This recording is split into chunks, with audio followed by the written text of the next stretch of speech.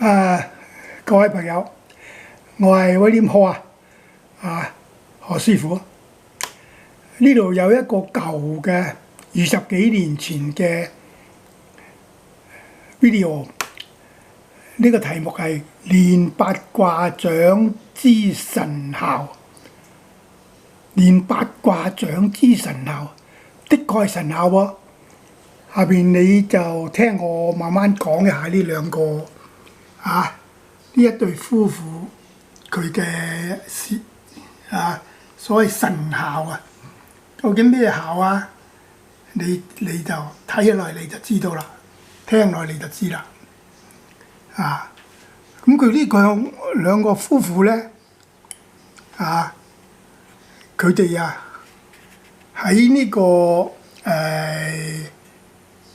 幾年時間裏邊咧，佢哋想要個細路喎。咁幾年連續過咗幾年都係流產喎，3次佢哋個女嗰個講佢3次懷孕懷咗胎，但係都流產喎，小產喎，唔成喎，細路仔唔成喎。咁後尾佢就走嚟學氣功、學太極、學八卦，走嚟跟我我就唔知道佢究竟係邊個人叫佢嘅，我就唔知啦。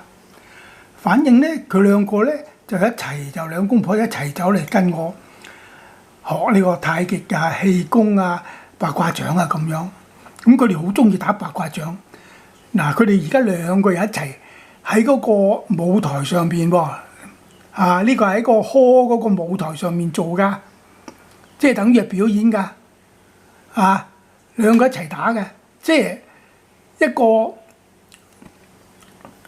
相對咁樣一個動作相對咁做，大家都同時做個動作嚟㗎，但係相對係咪？大家睇到係嘛？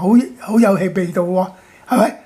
一個女嘅，一個男嘅，即係話個老婆同埋個老公啦，大概30幾歲度啦。佢兩個都係 New South Wales 大學嘅教員嚟嘅噃，係喺大學裏邊做教員嘅噃佢嗰個女嗰個咧係專門負責嗰啲 exercise 運動嘅喎。咁但係佢連續幾年咧都小產喎，流產喎。咁所以佢後尾唔知點樣聽邊個講點樣咁介紹哋點樣就走嚟揾到我，就學氣功、學太極、學八卦掌。咁我就叫佢哋問佢哋嘅原因啦，點解你揾我學我啲功夫啦？點解你揾我咧？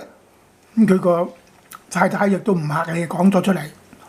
咁我話 OK， 嗱，你哋今年咧，你哋開始學，你哋就唔好諗住又懷孕要生仔唔好你最慘就要唞1年，我要你唞1年。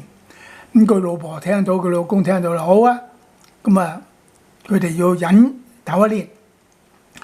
咁一年裏邊咧，佢就學識晒氣功、太極、八卦掌都學識晒咯喎。咁佢哋日都練我叫你日都要練最少1個鐘即係計埋要1個鐘頭練功兩公婆。咁佢反正冇細路嘛，除咗返學之外咧，喺學校之外咧，返屋企就冇事做㗎啦，係咪？咁佢哋長期係咁枕住咁練啦。咁到第2年啦，咁個女嗰個又話：我忍唔住我有咗啦咁喎。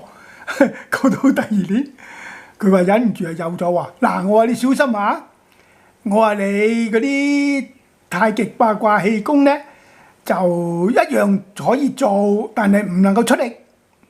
要放鬆，所以你而家睇到佢練個八卦掌咧，都好放鬆㗎。你睇個女咧，佢哋好似打太極咁，只不過係個速度快少少，但係佢哋好柔軟、好溫柔嘅啲動作，係嘛？好放鬆㗎。結果咧10月懷胎，咁真係俾佢生咗1個出嚟咯噃。生個出嚟咧咁好小心啦，係咪？喺醫院醫院知道佢有懷胎， 3次流產記錄噶嘛，所以都叫佢哋好小心。結果咧，而家20幾年過去啦，呢個男仔啊，比佢哋高咗成個頭嘅喎，比佢兩公婆啊高一個頭，又好大隻、好高大嘅個男仔，我都懷疑佢呢個男仔究竟係咪佢呢個老豆？呢個老豆咁矮咁細粒，係咪？但係佢個仔咁高咁大，係咪？咁但係佢哋好高興，係嘛？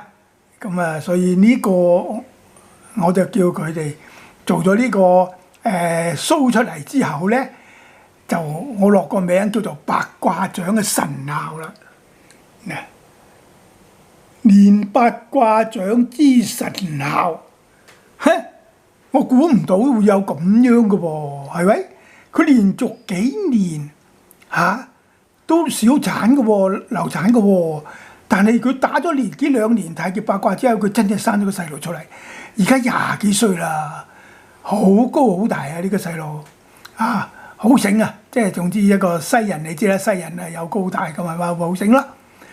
所以我覺得咧，呢個道家嘅功夫，所以太極八卦呢啲係屬於道家嘅功夫嘛。道家嘅功夫加埋嗰個龍游氣功添，所以佢一定能夠改變佢嘅身體所以令到佢咧正常翻，所以佢咪可以懷孕可以生仔咯。咁所以我今日講咧就係介紹佢呢件事希望大家有吸收啦，能夠理解，能夠明白。